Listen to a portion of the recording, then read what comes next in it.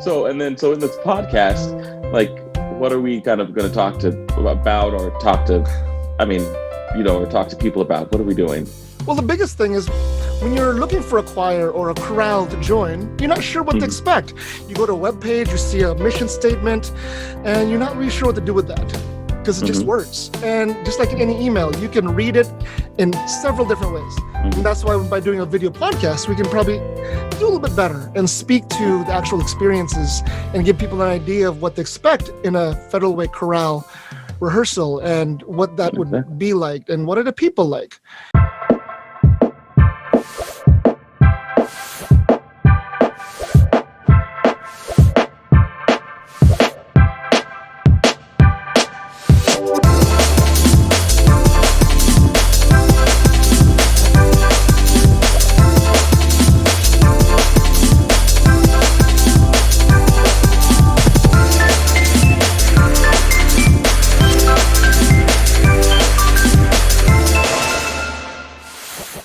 Hey everybody, this is James.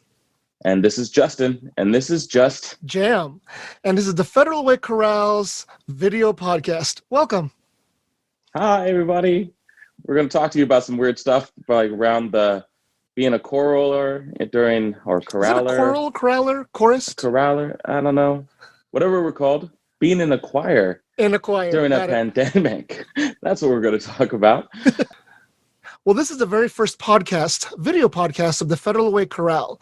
And people always wondered, what is it like to be in a chorale or a choir, however you want to put it there. And we wanted to give a face to the experiences. So luckily, that's why we did this. Absolutely. So what is it like? What's going on with you? How has this kind of been for you as a member of the board and being a decision maker on this whole Federal Way Chorale thing? Well, the pandemic, COVID, kind of left us with no options. It's either be unsafe or make it work. So we made it work. We found different ways to connect. People use phones. We could do the party line like back in the 90s. I call you, you call somebody else. Made it really difficult to do choir that way. Yes. So Zoom, a wonderful platform, is what we're using to do all of our rehearsals.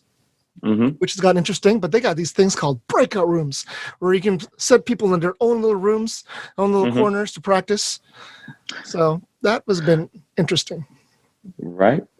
So something I'm actually really curious about though is like, okay, so the pandemic started and the Federal Way Chorale released that really lovely Bridge Over Troubled Water video, right? And that was wonderful. And it got on the news and all that kind of stuff. Like, it was crazy. And then what made that transition happen between, hey, let's create a video to putting together a whole show? Who said, hold my beer and we're going to do this? Actually, it's the fact that show, just that one concert, 3.5 minutes long, till this very day, still getting hits. And we got over 25,000 views. And that was only in the first weekend. So we're thinking, okay, well, if we have a live concert, we're struggling to get 800 people. And all of a sudden, with this virtual thing, since everyone's got their phones, everyone can get to it, we instantly had over 25,000 people. Wow. That was fantastic. It was just crazy.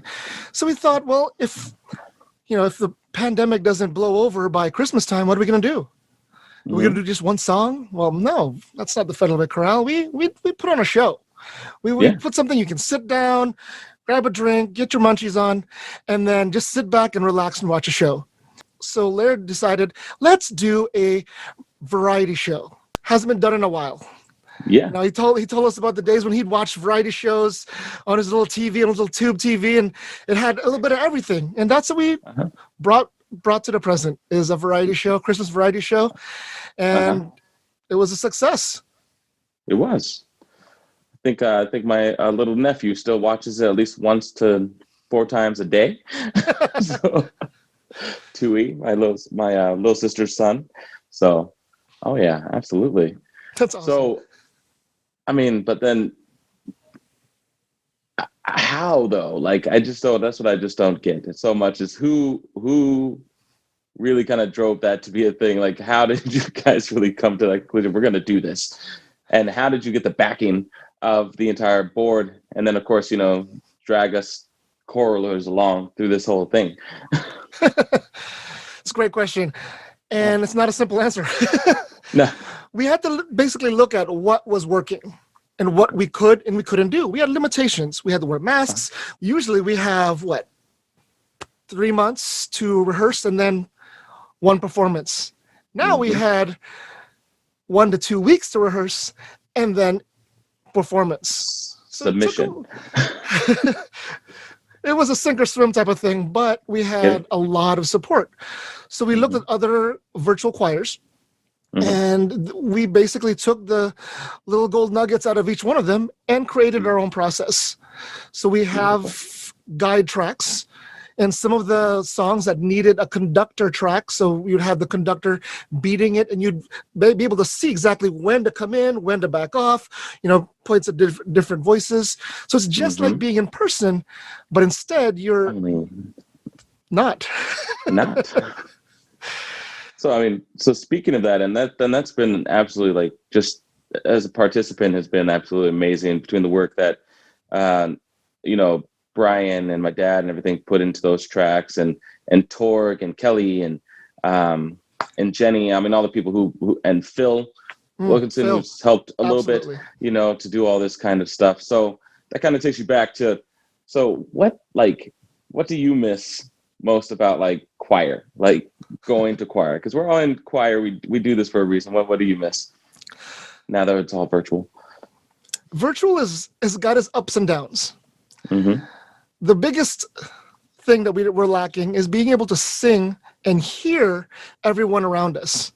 Usually I wait for my altos to give their notes, and then I come in, or I listen to those basses who are usually right behind me, and I can feel those notes and I feel my entrances. Or when I get lost, I listen to the melody. Whereas the sopranos, boom, I know where I'm at. I can find myself in the music. Now it's just me and the music. Yeah. It's weird to sing to a camera and you're not sure if you're even in frame. Yes, definitely, the whole the interpersonal connection and things that happens at choir. It's probably one of the main things that I also miss, being able to hear everybody. But I'll be honest, what I really, really miss about in-person choir rehearsals and stuff like that is being a nuisance. Because I always found it so fun to have side conversations and all that kind of stuff, and make jokes often at my father's expense, and all those things. And now, we can do that, but it's not the same because it's all through private messages on Zoom. So no one knows we're even doing it. You're just laughing for no reason. Can you imagine how quiet it's going to be on our first rehearsal? Because people are normally used to typing everything. And all of a sudden now we can actually speak. Yeah, right. Are we allowed or to? Stomp our foot annoyingly so that it throws everybody else off. Offbeat. Offbeat. On beat. Oh, fantastic. On beat. Maybe pushing the beat. Whatever. Can you feel it? And it's not on point. It's not what do you on the beat. And that was probably me, let's be honest. Could have been me too. Not sure. Yeah, I'll take credit. Yeah. And the cookies. Indeed. Jenny's got these crazy... never mind. These cookies are awesome. Oh my God. Yeah. All the cookies. I miss the cookies. I miss showing up late to rehearsal and grabbing the cookies. I watch you walk in, grab more than one cookie. If there's enough, there's usually a variety on those that first day when everyone's coming back, Everyone's waiting for break time to go run up there and grab more cookies. And I'm already late, so it doesn't matter. So we're trying to talk about what it's like to be and what it's like to join the chorale. So I guess a good question is, so what brought you to the chorale? Well, my wife and I both love music. We both love singing. All my life, I've been doing church choir. And then during my high school and college years, I did community theater. And that was a fun experience. being able to tour around the world and play for different audiences every single night and just get that immediate, like, oh my God, it was a beautiful show, and you engage them. And even when I'm in choir, I sing to somebody in the audience. I'll point out somebody and I'll sing to them. And we try to figure out who to join. So we looked up the choirs and we found Federal Way Chorale. We saw a concert coming up, listened to it, saw Laird for the first time. And that by itself was so engaging, just watching the way he directed and watch how the whole chorale just kind of waited and just for what every finger nuance, whatever he's going to do, just to get you to do what you're supposed to do. And it was just, it was an art, just watching it. It's like a symphony just on stage, just unraveling right before us. And I was like, this looks like a good chorale. This is a good choir, good group, good sound, awesome sound. So Luann just decided, my wife, Luann, she goes, hey, let's try it out. I was like, well, why don't you try it out? And I'll listen to your first concert. Just let me know how it goes. Way to sacrifice your wife to my dad. So I joined the following fall and been there ever since. That was 2009. 2009 or 2008? 2008? 2009? Well, 2009. 2008 is when we went to the show. Luann joined that January. I joined that fall. Got it. Okay. And then, of course, how involved do you really get? Do you just show up to sing? Right. So, of course, you asked for volunteers, and Luann went to the publicity marketing committee meeting, and they asked if anybody knew anybody who did graphics. And she said, my husband is great at that. Yeah. So you got voluntold to join the board before you were joining it? Okay. Indeed. It was fun. I just jumped in all of it. Just might as well, Yeah. That's serious commitment though. That's like okay, yeah, I'm gonna first let Luann try it, but then after she tried it, like, hey, now I'm in. Oh, but no, I'm all in. There wasn't even like a put your toe in the water type of feel it out type of situation. So that's awesome. Sometimes you just get a feeling, after that first rehearsal, with Laird and then meeting the group. I mean, it was a very welcoming group, and it makes you want to help out and want to be part of the process, be part of the magic. So I decided, why not? As you said, all in. All in. It's a little different from mine, I think. Like as far as like, what is your story? How'd you come to the choir or the Federal Way Chorale? The Federal Way Chorale. Well, I mean, like, of course, a big part is, Dad was directing, but like in my family, we always had music from very beginning. It's the same thing. We came up on it.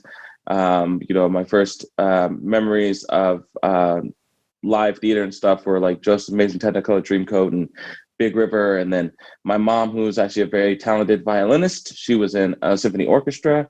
And I still remember that as a kid because every holiday season they would play Sleigh Ride and they'd have everybody pull out their keys. Okay.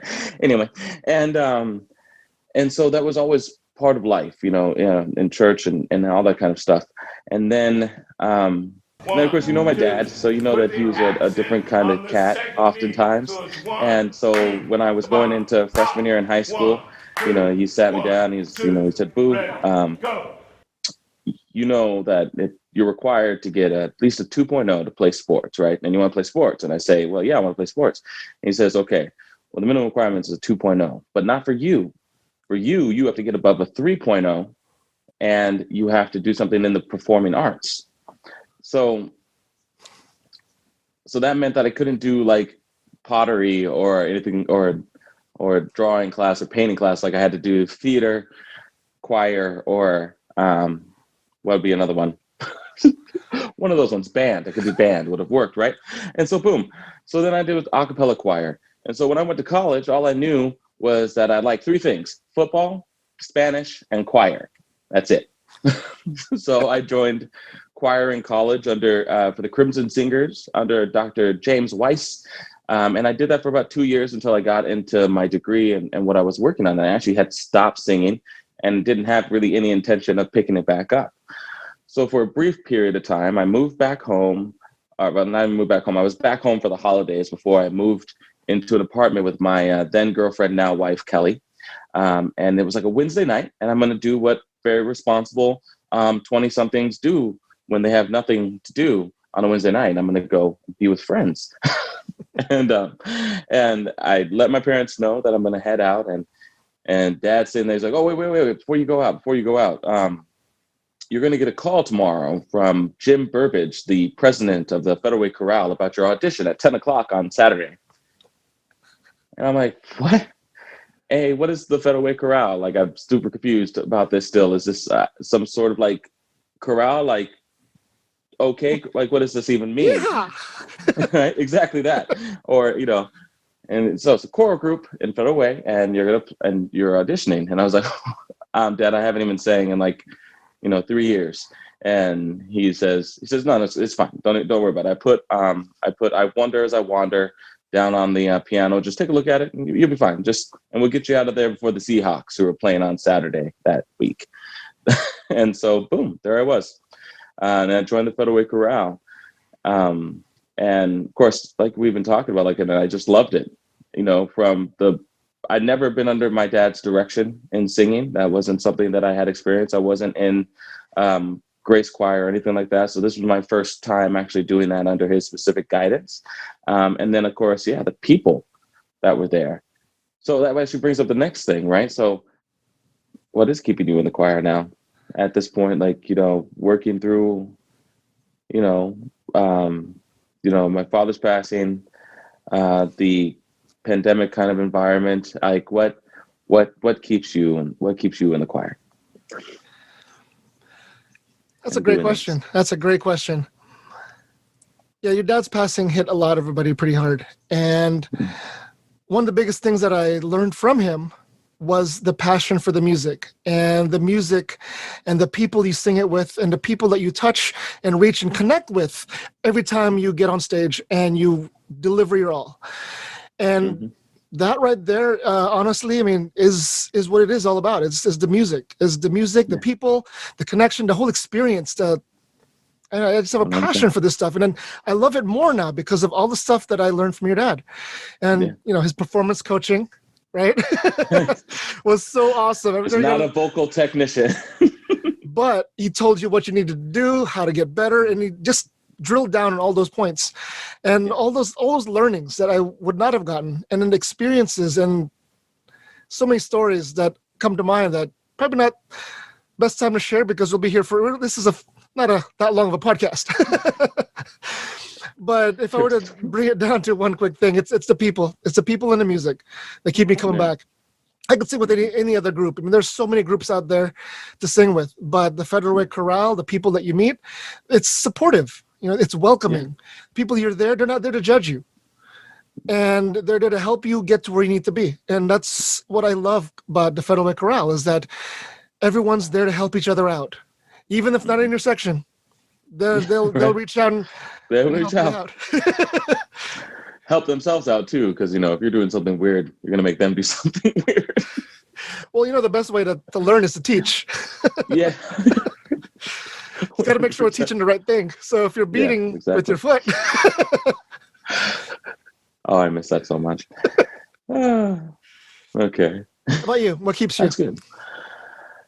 So as of a month ago, I really had to think about that, like if I wanted to continue to participate and everything, and hopefully I can tell this story. But this is something that was a turning point for me.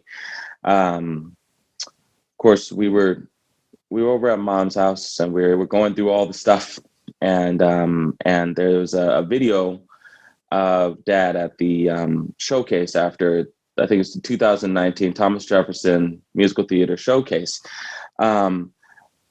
where he gave a little speech because this was, he had already retired, he wasn't coming back, and he gave this speech to the crowd before he sang Old Man River, about how he was trying to get the parents and everybody to stay engaged and involved and to follow the new director that's coming in, because this whole thing, the Thomas Jefferson High School or Federal Way Chorale or whatever, was never about him. It was about us.